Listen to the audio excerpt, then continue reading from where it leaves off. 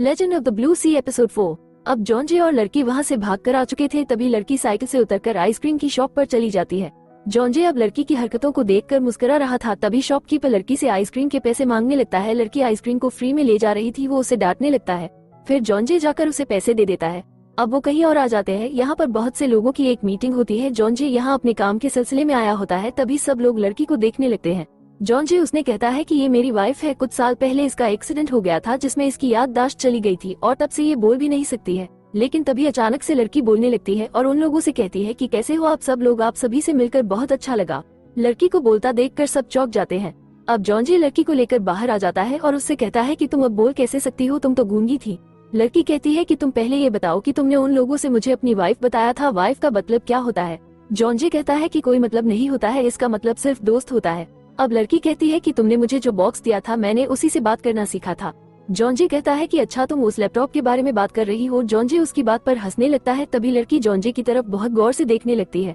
जॉन्जे उससे कहता है कि तुम मेरी तरफ ऐसे क्यों देख रही हो। लड़की कहती है कि मैं तुम्हारी आंखों को देख रही हूँ, तुम्हारी आंखें बहुत खूबसूरत है और वो चमक रही है।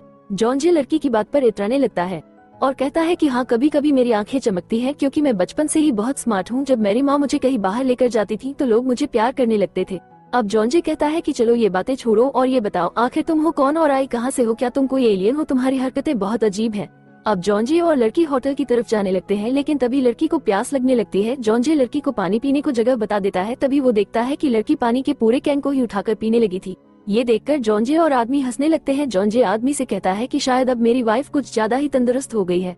अब जॉन्जे और लड़की रूम में लेटे होते हैं, तभी लड़की जॉन्जे से कहती है कि क्या तुम मुझे ये बता सकते हो कि प्यार क्या होता है।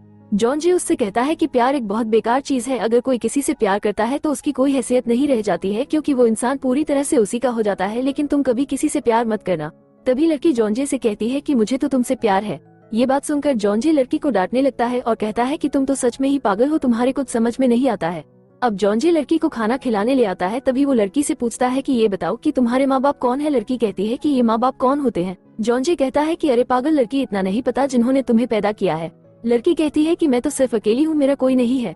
अब जॉन्जे लड़की से उसका नाम पूछने लगता है। लड़की कहती है कि मेरा कोई नाम ही नहीं है। जॉन्जे को उसकी बात पर अब कोई हैरानी नहीं हो रही थी, वो उससे कहता है कि तुम तो सच में ही पागल हो।